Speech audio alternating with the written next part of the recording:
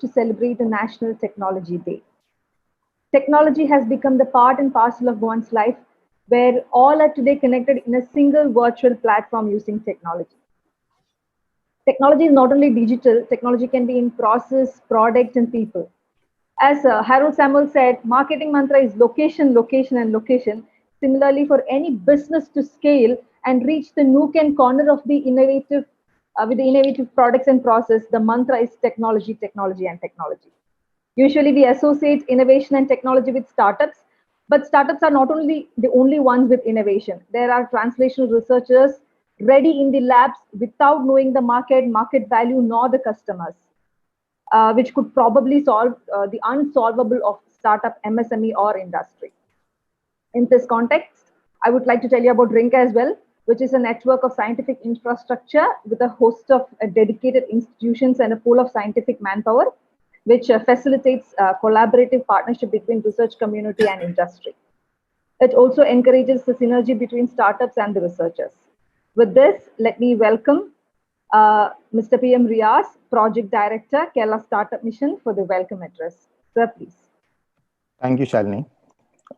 Respected dignitaries, my dear research friends, startup founders, and my own colleagues.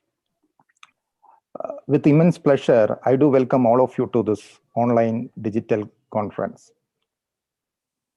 Technology has revolutionized primarily over the years by the corporates from the West. Of course, Indians also played a pivotal role in this revolution, but not as a producers of the technology largely, but as employees of the corporates that owns the intellectual property right. Over the years, India has become one of the largest market for importing these technologies. India is considered one of the largest internet users across the globe. But having said that, the technology users in this network is largely developed by the either US or the European countries. And the devices we users manufactured by the Chinese. Similarly, with the internet users, we are the second largest in the country, across the globe. And the users with respect to the social platforms such as YouTube, Facebook, Twitter, Instagram, Indians leads the race. But we need to understand the conception and production of the technology are entirely two different things. Over the years, India is rapidly transforming into a digital economy, but largely as a user of the technology rather than a producer of intellectual property right. Recently, one of the reports published by the Niti Aayog, it has clearly depicts the research potential of the country and research status of the country. Every year, almost 2.6 million science and technology graduates are coming out of the colleges. But majority of these graduates are mainly focusing on the routine IT deployment job, and very little has focusing on the research and innovation area. One of the critical measure, we call it from a H index, that is primarily to measure a country's scientific productivity and scientific utility.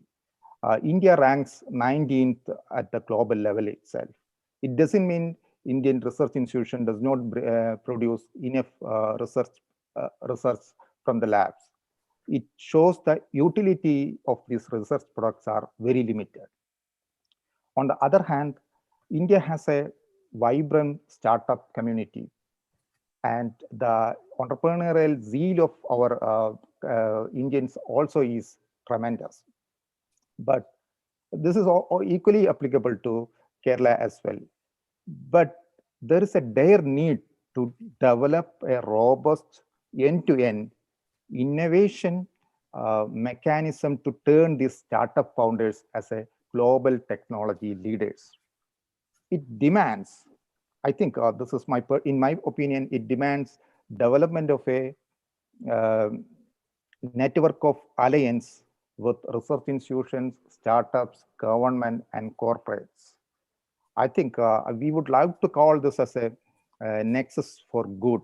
In this context only, Starter Mission, with it is we taken a effort to address this gap by creating a alliance of research institutions, academia, startups, and corporates. We call it as a research innovation network. We started this network 2 months back only. We got an immense response from various stakeholders. So far, there are 14 research institutions already onboarded with the 44 uh, uh, research products on the portal itself. We foresee this would give a enough impetus to make Kerala as a innovation capital of the country. This year's Technology Day, the main theme is Science and Technology for a Sustainable Future. I think sustainability, it's the thrust on the sustainability itself need to be relooked into.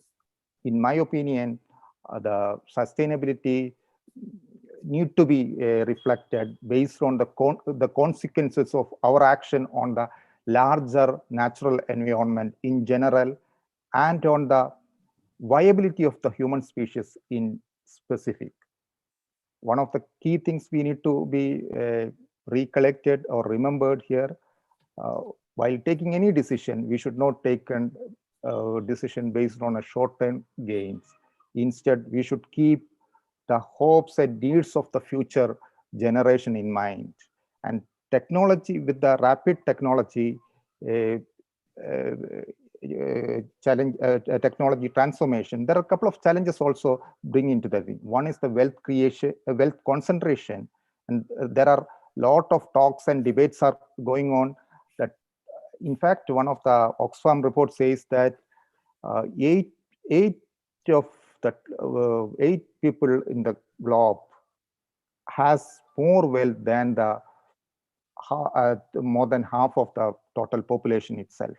So that is one of the menace I think we need to look into the when thinking from a sustainability perspective. The second would be regarding to the inequality with between the people or between the nation itself. This is more relevant from an Indian perspective as well. And third perspective would be on the consequences would be on the technology's impact on the natural environment itself. I'm just posting some of, I'm just raising some of my concern and the hopes of the technology revolution just for the discussion point for the panel only. I'm not taking much of this time. I just wanted to welcome all the research fraternity to this technology conference. We do recognize the presence of the some of the brightest minds of the Kerala from the research institutions in this technology conference. And in the panel, we have very blessed with the panel. Of course, a couple of people, there is no need of introduction. Dr. Balagopal sir, one of our pioneer or a motivator to take up this research innovation network. We, with great pleasure and happiness, I welcome you, sir, to this conference. And secondly, Dr. Prahladv, he might not be much familiar, but son of Kerala, and one of the key aspects, he has already done some experiments with the research incubation itself. We expect that his insight would be add value to this deliberations. I welcome you with a great pleasure, sir. And we have with us Sudhindra Kaushik, the innovation director of the Volvo. Though he might not be much familiar with the startup ecosystem, but I hope with today's induction or a baptization, he would be the ardent lover of this particular ecosystem, the vibrant ecosystem. And finally and lastly, not least, Rajesh Nair, our great friend and supporter, and he always worked very closely with our startup fraternity and supporting all our endeavors with great love. Let me welcome Rajesh also to this thing, and he will moderate this discussion. And finally, let me welcome all the research fraternities, startup founders, and other members who are participating in this technology conclave. Let me make one more statement here. We are very serious about this intervention, and this year's budget we have earmarked a substantial amount to take up the research innovation program into the next leg. With these words, thank you very much, and I wish all the best to the conclave. Thank you. Thank you, sir. Thank you for the welcome address. KSUM has organized this technology conclave with our partner TIE Kerala, and we are starting the panel discussion on the topic Research and Innovation, a catalyst for sustainability growth. Our esteemed panel members are as invited by Mr. Riya sir, Balagopal sir, Dr. Prahladv Kepat, Dr. Sudhendra Kaushik, and Mr. Rajesh Nair. I'll just give a quick intro about the speakers. I'll be very quick. Balagopal sir is the independent director, Federal Bank, founder of Thermopenport Blood Bags, author of 3 books, philanthropist, founder of Anaha Trust, and first president of TIE Kerala. He supported a plethora of social development initiatives in Kerala and in Manipur, where he once served as an IAS officer. He is the best person who can give us inputs from a researcher point of view and from an entrepreneur point of view. Next, we have with us is Dr. Prahladv Kepat, Associate Professor, National University of Singapore. He is a researcher in the field of robotics and is the founder and general secretary of the Federation of International Robot Source Association, the FIRA. Kepat is actively involved in frugal innovation, for which he visits and promotes projects at the grassroots level. Next, we have Dr. Sudhendra Kaushik, Innovation Director at Volvo. Sir has been passionate and practicing innovator and technology management professional throughout his career of 26 years, with more than 20 national and international patents. With a PhD in innovation, chief innovator and co-founder of Prahladv, Mr. Kaushik advises major companies such as Bosch, Continental, General Motors, Mercedes-Benz, Volvo, etc. on innovation strategy, integrated innovation, talent management for innovation culture, scaling business, etc. And we have Sri Rajesh Nair from EY. He will be the moderator of the day. More than 2 decades of experience in advising and managing assignments across organizations. Over 20 industries and sectors in all aspects of the value chain, including preparing growth strategy, competency framework, cost rationalization, and facilitating drawing board discussions with CXOs. I welcome all of you to the panel and the panel members to start the discussion. Let me welcome Mr. Rajesh Nair to open the discussion. Sir, please. Thank you, Salini. Thank you, Riaz. Good morning to the audience. Good morning to the panelists as well. So, like a lot of events of KSUM, they've managed to cobble up a wonderful section of very eminent panelists as well. And today, so there is a method in having 3 eminent people out here. There is Mr. Balagopal, who's an entrepreneur who picked up ideas of technology transfer and then started a company from an idea from a research lab and made it one of those marquee entrepreneurial ventures ever to come out of the anvil of Kerala.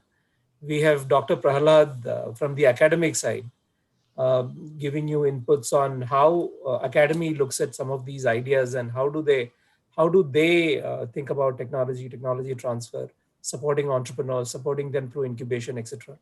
We also have Dr. Sudhendra, who's running the research lab of an organization. So how new ideas, patents, etc.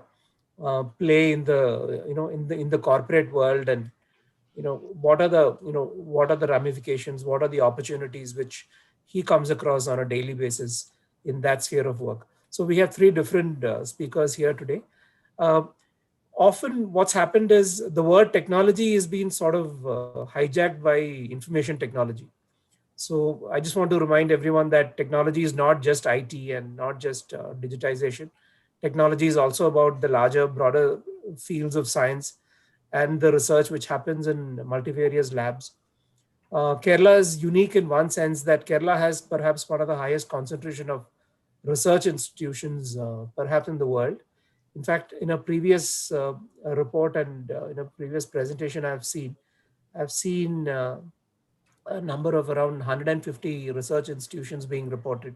These are standalone research institutions. These are R&D facilities of organizations in Kerala, etc., which is a fairly large concentration. And these are research institutes across various realms of science. In terms of the number of PhDs which come out of Kerala and the number of students of Kerala domicile who eventually go out and take PhDs also, it's a fairly large number. So traditionally, the state has been providing a lot of people to science. And if you look at corporates as well, you will see a lot of them. What KSM provides through RINC is a particular platform for you to match some of your, if you're an entrepreneur, to find ideas which have been incubated and which have been patented by some of these research institutes. And if you are a research institute, it's also an opportunity to find a partner for you to take your idea to commercialization. So this is what we will broadly discuss today.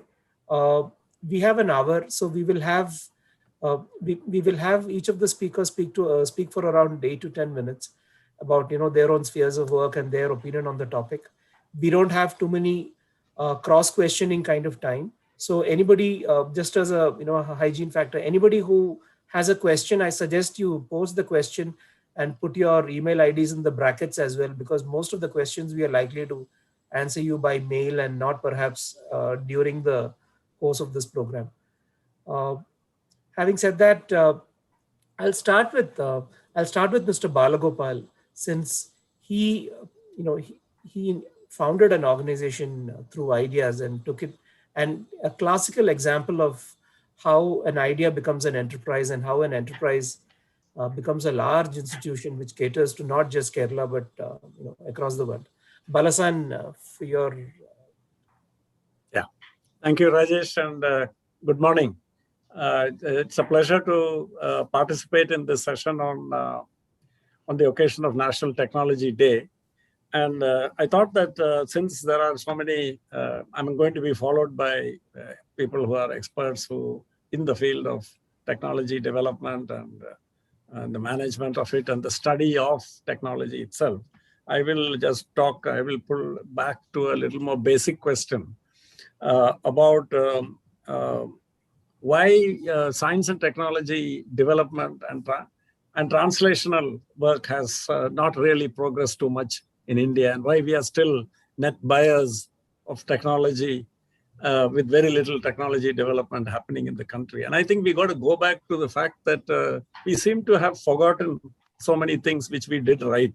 Even before independence, Dr. Humayun Kabir and Dr. B.C. Roy, when they were drawing up the vision for the development of science in India, the basic premise which they spoke about was that for a developing country like India, more than capital, it is technology which holds the key for rapid progress of the country.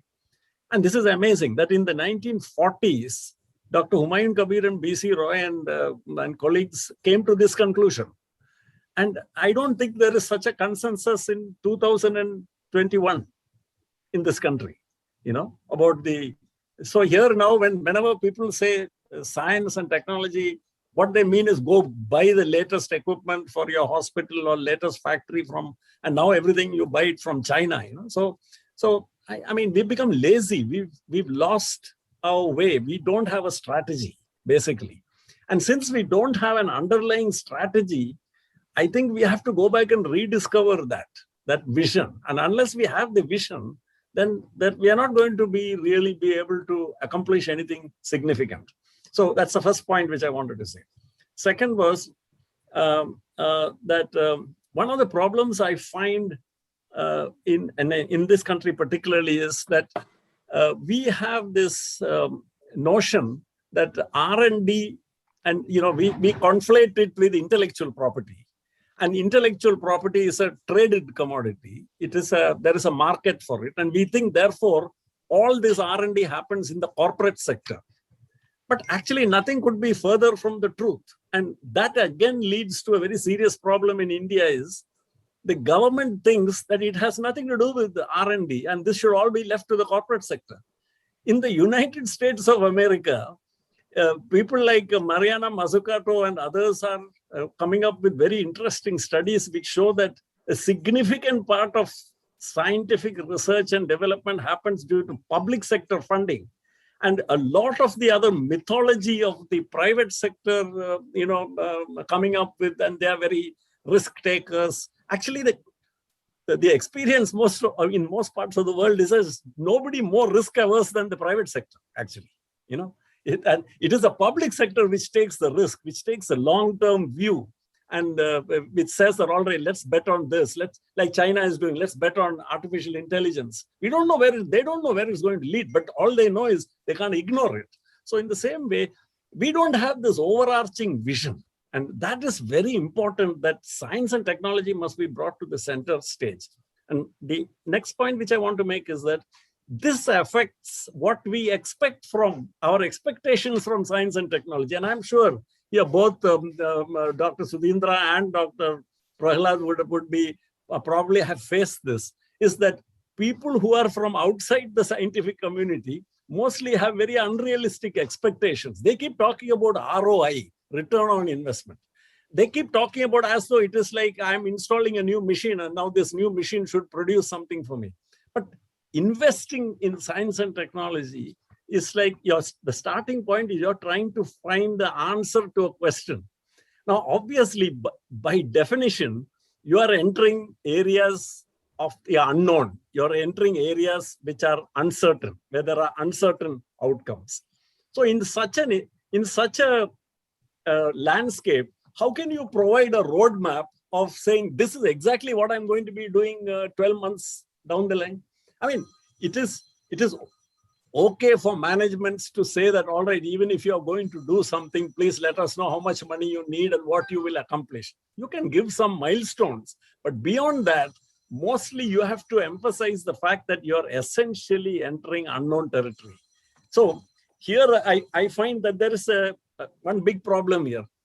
Because of this constant pressure from the management, whether it is the director of the institute or the head of R&D or the managing director of the company who is writing the check for this roadmap, what happens is most so-called R&D is within the boundaries of what they already have, the capabilities they already have, and the resources which they know they already have.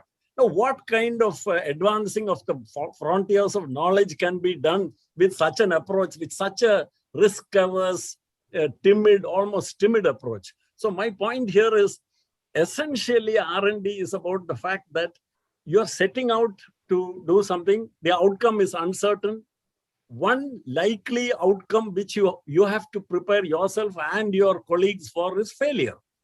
And so if you're not prepared to accept failure, I think then you should not even start out on the quest. So in this context, all I'm thinking of is, I would say that the words which should be written in gold letters on the top of the doors to any R&D institution are the famous words of the German poet Goethe, which is, what you can do or dream you can do, begin it. Boldness has genius, power, and magic in it.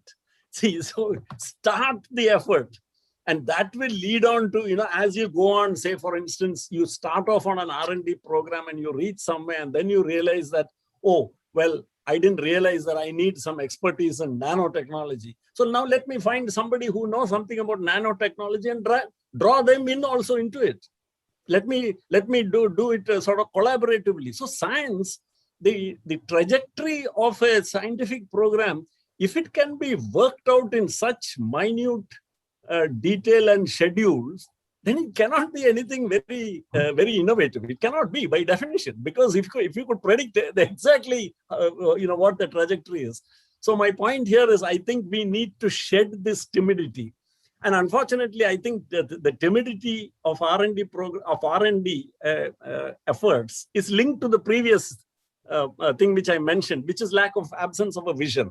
So we need the not just the corporate sector. In fact, I would say that the state, when I say the state, I mean society itself.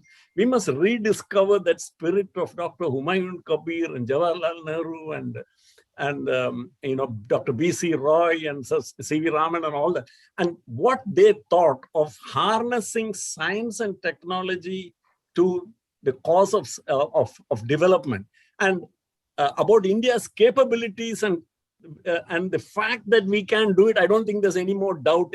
Anybody has any doubt about it. The only problem is we should shed this kind of. So I would say that I would conclude by my observations here by saying that, the word sustainability, I look at it slightly different from my friend Riaz. I am not looking at it from the point of view of environmental sustainability and sustainability with respect to. I think sustainability, by that I mean you must sustain the scientific effort. If you start it, you must finish it. You must not abandon it halfway through. You must find the resource. If you run out of money, go beg, borrow, steal the money, and see that the scientists get the money to complete their work. All the projects in India which have succeeded are those which have been fully funded and undertaken on mission mode. And there we have done world-class work. So, our space mission and so many other missions are proof and testimony to the fact that anybody can, we can do this, but only thing is we need to see that we take things up on a mission mode. So with these words, I would say, I would just, conclude, and I look forward to listening to what my fellow panelists have to say. Thank you. Thanks a lot, Balasan. Dr. Prahladv? Hi, namaste and nice to be here. It's a wonderful initiative to really bring in clarity to ourselves and to the wider audience. I would like to put across a couple of things. One is on the personal message, the culture of innovation, and as Dr. Balagopal mentioned, the expectation, the ecosystem, especially from an education point of view, the translational research, and finally, I'll touch upon sustainability. Personal message. I am an introvert. I'm not a alpha male. And I did not know about myself beyond a point. It took me to go outside India and associate with people who brought out the best in me. And I'm an entrepreneur now. I've done a number of startups, some successes, some failures. My student brought my entrepreneurship from myself within, to know myself. So many times we have evaluations of our students and the people around us based on our unknown spaces. How much we don't know defines what I know about others. This mindset has to change right from primary schools. And another aspect I see, I studied my entire study in India except my postdoctoral fellowship. We generally look down on ourselves. We don't instill confidence in our students. One thing I learned is that in the last 22 years in Singapore, I never seen anybody criticizing a student. Even if somebody fails, he fails in a manner where he is still confident to start new journey. So this is something very important. And the second is that the culture of innovation. I started the Robotic Football Association in 1996. I traveled across the world. The least support I got was from India, because it was hardware, it was difficult, there was no money. The students wanted to do it.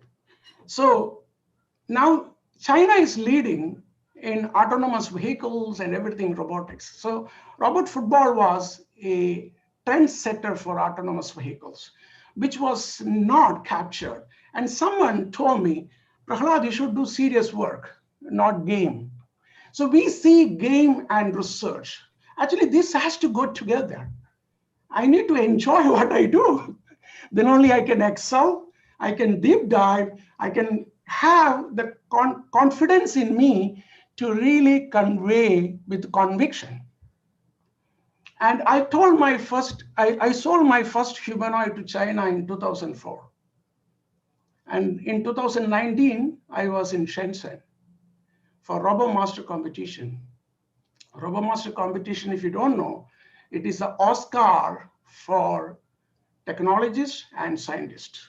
They have really taken, like World Wrestling Federation arena, they have an arena with thousands of, hundreds of thousands of people.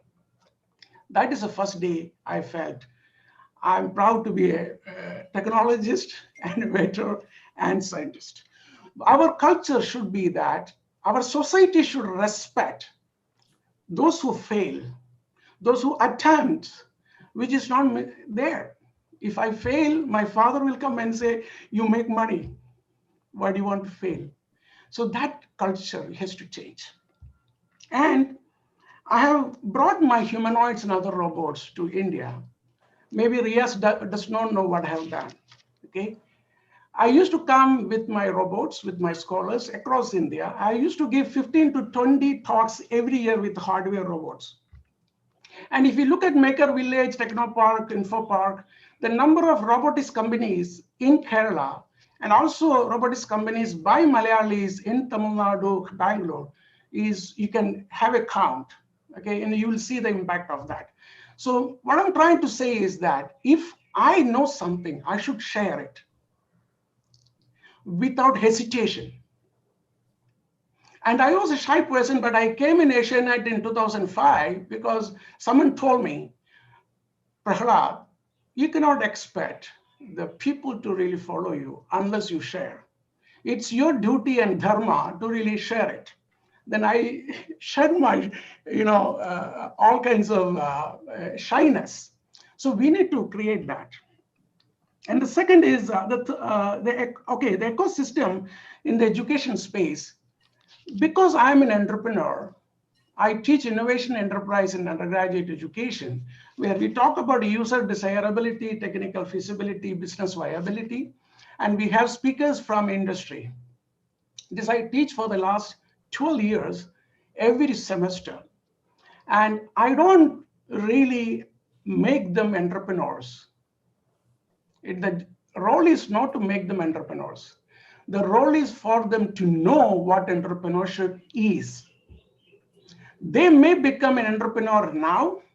They may become an entrepreneur later. They may not become an entrepreneur at all, but they will appreciate entrepreneurship. So this has to start from undergraduate education. And the second one we do is for postgraduate, where we have an incubation space where we bring in industry mentors to that space, and realistic problems from industry is shared with the students. And the students showcase their works to the industry mentors, and there will be a good collaboration where the translation really happens. And this is one space we have to really go into. And this is led by Institute of Engineering Leadership in my university. So engineering leadership, where I'm involved in, how to make someone leader. Leader is not about alpha male. So how to really bring out that. So that is an initiative we have to have in our education system. And the next one is, in NUS, we have graduate research innovation program. Till 2018, PhD scholars were shy or not allowed to become, entrepreneurs during their candidature. We changed it, 2018, and brought mentors and training programs to really help professors and research scholars how to identify IP within their research. IP doesn't mean patent all the time. Patent is one manifestation of IP. You need not have to have patents to have IP. You can translate the IP even without patents. And that is something which we did. And I have one startup in 2019 in AI space. So this is supported by industry and in a big way funding from university. And finally, sustainability I would like to touch upon. So we teach about, as Riaz said, design for environment is a very important factor in our education system. And also I teach frugal innovation. Why do we need all the features in a remote control? So 3 companies came together. We formed a consortium in 2020 March, and we started developing ventilators in Kochi. And we are still yet to get certain approvals. We looked at it. Can we reinvent the wheel? Yes, we need to reinvent wheel sometimes. There are a lot of patents expired. We can look at it, learn and use them and train them. And we did it. We could make in ventilators 1/10 and 1/5 of the price of the traditional ventilators.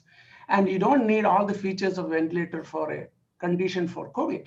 So there is something called 80-20 rule, the Pareto optimality.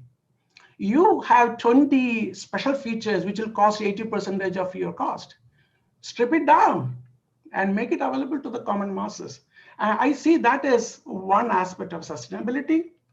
And I also want to conclude by saying sustainability is about sustainable business. Then only whatever money we have put in is leading to outcome.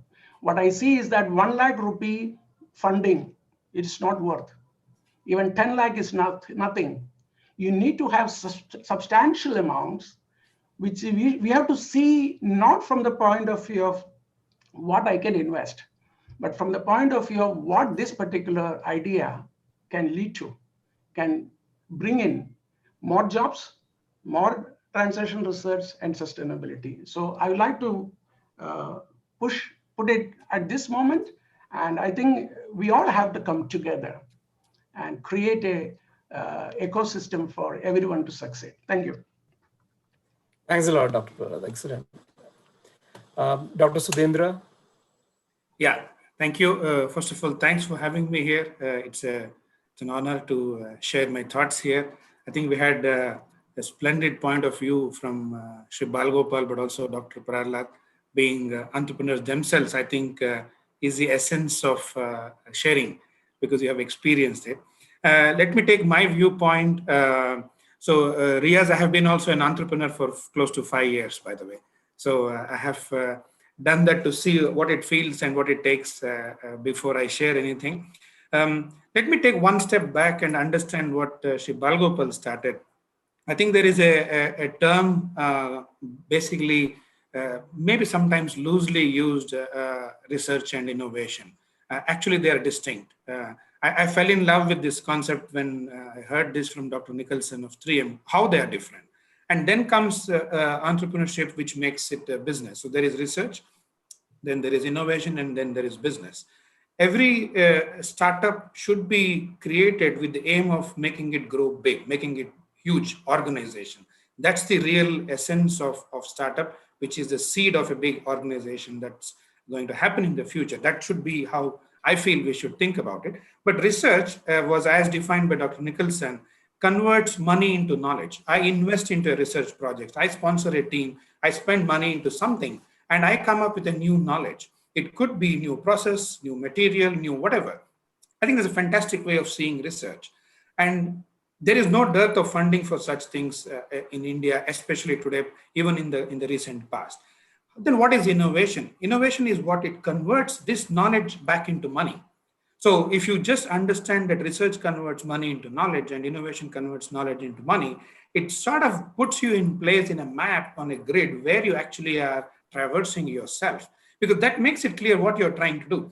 And the ROI is a classic point that Balgopal made.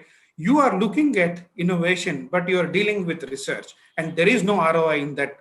It's like a railway track which meets only in perspective. It never actually meets, right? So it's very important that you understand which game are you playing. So where does business connect to this research and innovation? If Volvo invests in research and innovation, we are looking at the end in mind. So a startup can use this innovation as an aspect to convert knowledge into money through a product or service, and a business hence can then scale it globally, making it huge so that everybody gets the benefit of this.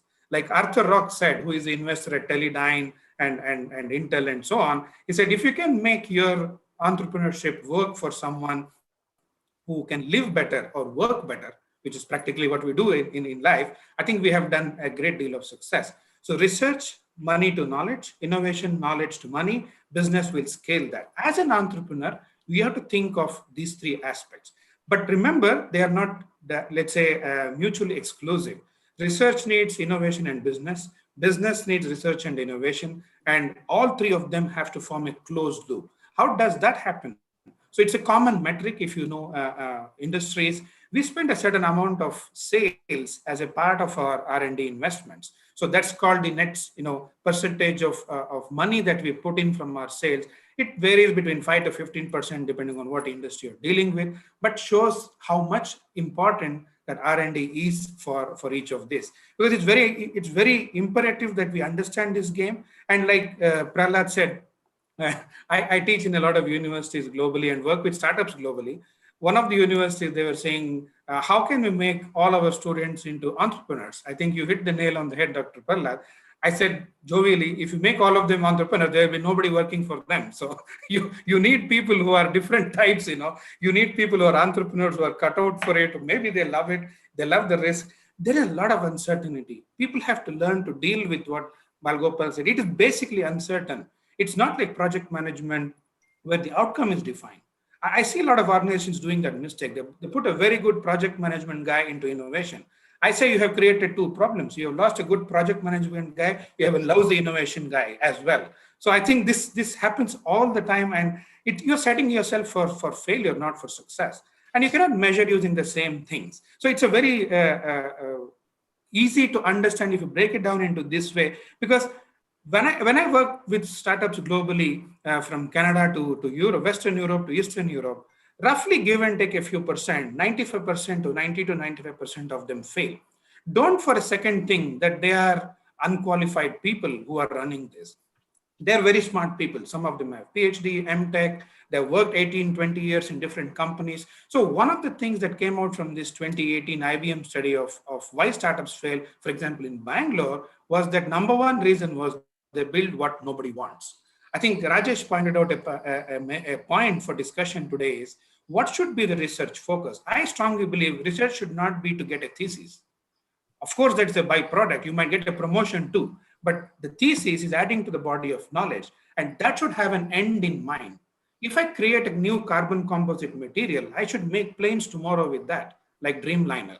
Otherwise, my research is as useless as I always joke, earlier we used to have physical copies of thesis dusting in a library. Now that is also gone. They're all digital copies. Nobody even knows where it is if you don't see it, in terms of value. So citations, how people use your research depends on what you can do with what you're proposing to do.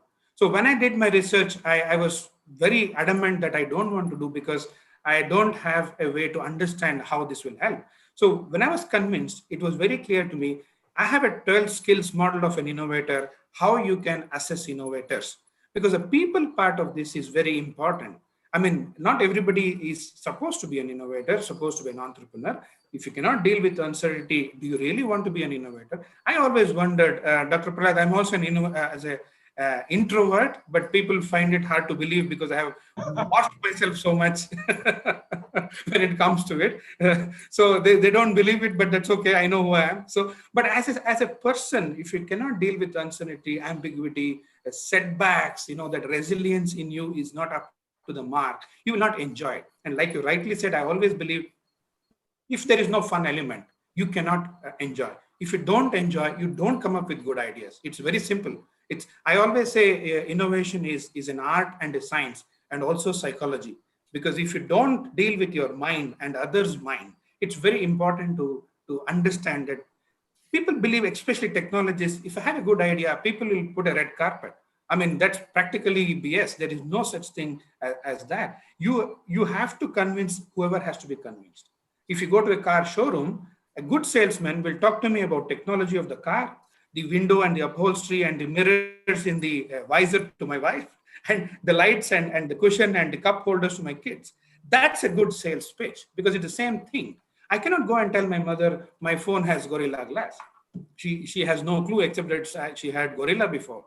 But if I can tell her it doesn't break easily, I'm making a pitch. So So its personal aspect becomes very important, and research has to focus end in mind. I think that makes a huge difference of what comes out after all these discussions, after all these efforts that we put in. And I think that's the essence also of what Prahladv and Balgopal said. The efforts not converting into results, like I said, 95% of them don't make it. Smart people doing things because they are not figuring out exactly. And there the catch is not to start with this, Rajesh, with your permission, I'll use the word idea. Idea is not just used, it abused and misused. The dictionary meaning of idea is a plan of action. Now, if you don't have a thought before a plan of action, you don't going to get good results or the desired results. So you have to start with this opportunity. What is it that I'm going to do? I mean, with all the companies that I work with and also as an entrepreneur and mentor, this is the biggest. And I'll tell you something. They get so emotional about their idea. They start to hate you for telling them there is no problem worth solving behind this idea. They just hate you. They don't want to talk to you. They ask you to literally get out. And I have had body languages of telling me, please out of this room now. I worked on this for 2.5 years. I don't want you to now and tell me that this is not a good idea. Has it nothing to do with the idea? Is it the benefit is in the problem? So people have to understand that aspect as well. And I will close with my own little story, which I always share because that's what I learned. When I was VP of products in an Indian company, I was asked to bring a technology product because technology has this misnomer, this glamour about it, that technology is everything. I am the bad guy who says technology is not everything. The benefits of technology is everything. Blockchain is nothing without the benefits of blockchain. IoT is nothing before the advantage of IoT are used. AI is useless if I cannot detect cancer scans much faster and better. So everything of technology should have a benefit. 2 years ago, there was a guy who released a patent for a pizza box, which he was quoting a mutually non-exclusive deal of $1.5 million. Essentially, it's a cardboard folded in a certain way. There was no 2 nanometer chip from IBM or artificial intelligence or no hardware, Prahladv, nothing. So it is but a value that brings to a company who sees that their business can grow, they can serve the community better. So my example was this. When I was pushed to the corner and said, you have to come with an IoT product for kitchen, I'm talking about almost 7 years ago, I was not convinced. Though I was a technologist, I'm equally a consumer in my head. So I have this dichotomy always hitting me. So, but okay, in the end, I made an IoT induction stove, the induction stove that we all use, which can be controlled through a phone. My mother is 8th standard, but she's damn smart. She's very tech savvy. She's my test case. So I took the prototype of the induction to my home, put it on the dining table. I literally vividly remember the plug was on my left, she was on my right, and everything done. She was patient because I was her son, nothing else. And then I took my phone, fiddled around, and finally I pressed something and the induction cooktop switched on. I was delighted. VP, innovation and technology, blah, blah, blah. Talking to my mom. See, it switched on. She said, so? I said, what do you mean so? You're standing in front of it. You can press the switch yourself. Why do you do all this circus of taking your phone, putting an app and blah, blah, blah? Oh, this is a knockout, punch straight under the... So I said, you know what? I was traveling to China for a conference next day. I said, I can switch it on from China also. She said, why would you do that? Cooktop is here. The rice cooker will be here. I have to make an ISD call for you to switch on the cooker from China and make a second one to switch it off. So what are you talking about? So I was floored because there was no value in it. That's the point I'm trying to make. It was technology peaking at 2014 in IoT, all of you know, but there was no value. Case 2, then I end my point. Indian people, Indian men are the target for counting whistles in a pressure cooker at home. So most of us who have experienced will know this problem. The only problem with this problem is nobody can prove how many whistles. It goes by trust. If it is 3, if I say it is 7 until I open it and the food is burnt or uncooked. So I made one which said, if you put this pressure cooker on this induction cooktop and set the number of whistles you want to count between 1 and 15, it will count and it will switch off by itself. My mom said, when can I have it? You see the difference in how it is. I think it's all in value. It's what benefit it brings to the user. They have the money, they get to decide. You and me as entrepreneurs do not get to decide what is valuable. The person who has money in the pocket gets to decide, and that's the consumer. I think the moment we understand that better, I think we'll be in good shape. And that's what I would like to stop here. Thank you. Thanks a lot. Very interesting. So we are nearly reaching the top of the hour. Again, very interesting perspectives, very practical examples. I have sort of filled up my notes. Just a quick thing. If this is for all the panelists, we want to leave them with one or two takeaways from not just what you've spoken, but in general. The audience section, we have close to around 50% odd researchers and students, and then we have a lot of startup entrepreneurs as well. So what message would you want them to take away? It could be something which you mentioned earlier, or it could be something which, so we'll sort of cap it to a quick 1 minute to each of you, and then we'll close after that. Balasan, or rather we'll start with Sudhindra first. Yeah, sure, no problem. So I think for researchers, my sincere request is, in fact, I started a module called Research 4.0. While industry has moved to 4.0, research had not. Like Balgopal said, we are still stuck with something, So in Research 4.0, my simple request is please have the end in mind. Thesis is not the end in mind. Thesis is just a milestone, is just a necessity. It is not a sufficient condition for research. For entrepreneurs, spend time on the non-glamorous part. I repeat, the non-glamorous part of finding the problem, because it is very often the stage which is very easily crossed very quickly. So it is like having starting with an idea is like having medicine and then trying to find a disease for it. So it's very, very hard to do that. And some guys very, very rarely get lucky. But if you spend on the non-glamorous part of finding the problem and making sure there is one opportunity, I think the rate of success will be very high. That's what I would say, Rajesh. Dr. Prahladv? Yeah. So I do, supervise a number of theses, and I also evaluate from India a number across different universities. So though I don't have enough data to generalize, but I would like to say the literature review is very important. What is out there? And it need not confine to published works in a journal, but also patents. So we need to understand why we are doing this and what are the gaps there, what is already known. So we need to really see it from that angle. And what I find in India is that literature review is not extensive, and most of them really refer to conference papers. And there are predatory publications, which you pay, you get it published.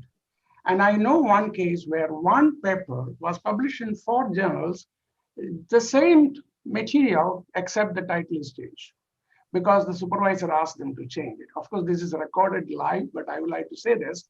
We need to be very careful. And outside the world, if I copy more than 10%, I will lose my job. So it's very important to know the background work. And then see beyond publication, as Dr. Kaushik was saying, you need to see what value this is going to bring into. It may not be immediate, but can be long-term, but you need to really go deep dive. So that's why the literature review is very important. And then you have to have an open mind. Many times we have, of course, end in mind, as Dr. Kaushik says, is important, but end in mind should not really stop us from opening ourselves up to explore new pathways. Okay, this is very important. And I found in some of my, when I supervise, we did something totally different. Okay. And then one important thing I would like to say, we think only those who are intelligent can do PhD. I don't believe that. Intelligence is only 20%, effort is 80%. And of course, it can vary from people to people, but it's the effort that matters. You need to really spend enough time on a daily basis. And if you're doing part-time, I would like to say stop. Unless you can spend enough good amount of time for it. So give more effort, focus, and consider this as equivalent to, if you believe in God and go to a temple and follow the rituals, do that for your PhD. And that's my message to you. Yeah, Balasan. Yeah, my suggestion to the researchers and people from industry who are listening in is that they should, today there are some very immediate things which they can do. I'm here basing my remarks on India. Today in the laboratories in India, there is a large amount of work which has been done that is represents in innovations in processes, innovations in materials, innovations in, and in some cases in products, etc. The problem, as was rightly pointed out by both Sudhindra and Prahladv, is that in many of these cases, they started out as like answers in search of a problem. You know, somebody wanted to publish a paper or finish a term paper or have so many things, and so they did it. Now, the point is, it is still valid scientific work. I mean, not all of it, a good part of it. So my point here is, see, one of the very inescapable things of science is its serendipitous nature of new ideas and the way they come together. And actually, a lot of science is not there is one myth about science that it's very, very painstaking, step by step. You come back and then you do one more experiment and then you come back. So that's one way maybe. But the other thing is, it's actually a way of connecting the dots. The knowledge, you always stand on the shoulders of giants, of those who went before you. So there's a lot of work which has been done. As Prahladv said, there is, in the internet, you can search around, there's plenty. The point is connecting the dots. So I would say what we need in India is platforming for science and technology. We need to provide platforms where the researchers and those who are seeking solutions can come together. So the biggest waste in this country is today that, say, for example, if I'm in the food processing industry or I'm in spices processing or something, I'm not even aware of the capabilities of, say, labs like CFTRI and the Regional Research Lab, which has got enormous amount of spices processing capability in Trivandrum and so many other places across the country. I am not even aware of it.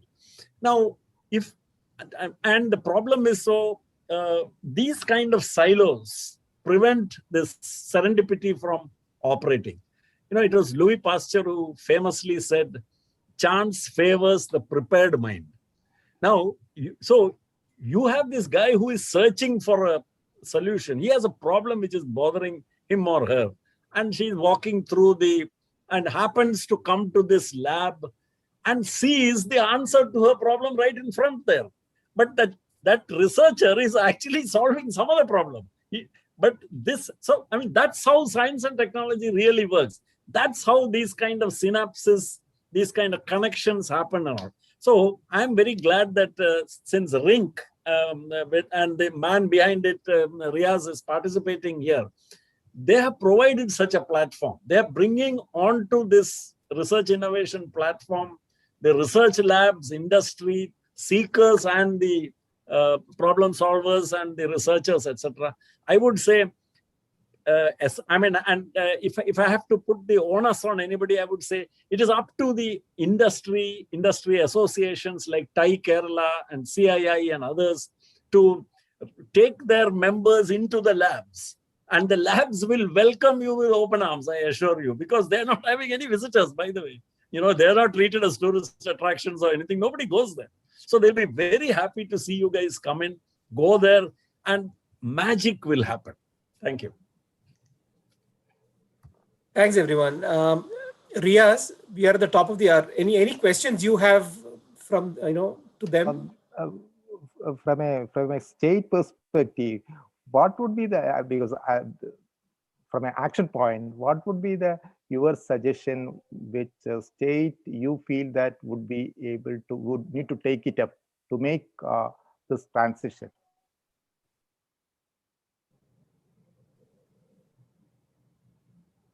Now, who is the question to? I think it's a general question. Yeah, I would say we should get the advantage of Dr. Prahladv and Dr. Sudhindra's, because I'm very much here. So, and you guys must be getting tired of hearing me. So we must hear them. Yeah, so I think education space, we can really bring a change, and innovation enterprise. I suggested that during the in Kerala Looks Ahead meeting as a way to really bring awareness and the processes and how to open minds. So to really highlight this, we say, don't go for quality ideas, go for the quantity. So this shakes up our thoughts. And it is not about finding the quality idea, it is about evolving quality ideas, okay, good ideas. So this is a mindset that we can instill from our childhood or in our school days or college days, whichever it is. So especially in scientific and technology space, we have to do that. Second is the engineering alone or science alone cannot survive. Without people, as Dr. Kashi was saying, it's about the mother who dictates, says, I don't want it, why do you want to do it? So those questions are there. So you need to really bring in social scientists, arts and science have to come together. And we need to really see more kind of things. So in world over, now the boundaries are vanishing. I don't have electrical, electronics, and computer departments. We are together. So these boundaries have to go. If you look at an electric vehicle or autonomous vehicle, it involves several things. So boundaries have to vanish. And then we need to have more interactions. And those interactions will really pave way. It's not about scientific sharing. It's about these kinds of sharing more, which will not be seen in available in everywhere. So those kinds of interactions. So these three are my thoughts. I have one to share then. I think from Rink perspective, Riaz, I think it's perhaps not a bad idea to bring this mindset, what Prahladv said, where each researcher is one side being forced to think what could be the applications of their research. Like Balgopal said, any PhD is of course valuable. It adds to the body of knowledge. That means we know something more than we did till then that the thesis was published. But how can it be applied? I think Prahladv would know and Balgopal would know better than me. The citations are a good indicator of how good your research is. But I have done some work and I see Prahladv already smiling. That's not a great figure for us. So that's where I think we should hit the nail on the head. Asking them also look at applicability. I think that's one side of it. From an innovator's perspective, we should not go to answer before we know the question. I think we should train people. The biggest person in the organization is CEO. And many tech companies, I have seen different research, they are not technology people. So it's very strange that person who does not know how to build the product is running the company. The only reason is because he knows how to ask the why part of the question, not the how before the why.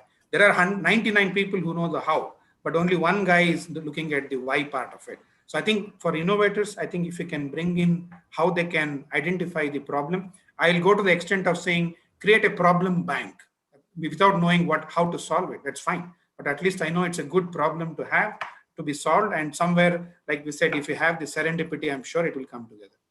Let me add one point here, because there are a lot of models available in the world. Some of them have failed or some of them not relevant to the culture.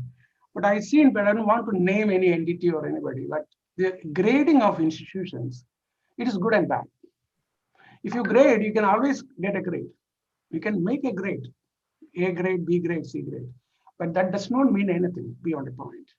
So if you really bring in SOPs and ISO certifications, other certifications, that is one way to really give confidence to ourselves. But it is really translational in the real sense of it. I think we need to shake up those way of really ranking ourselves.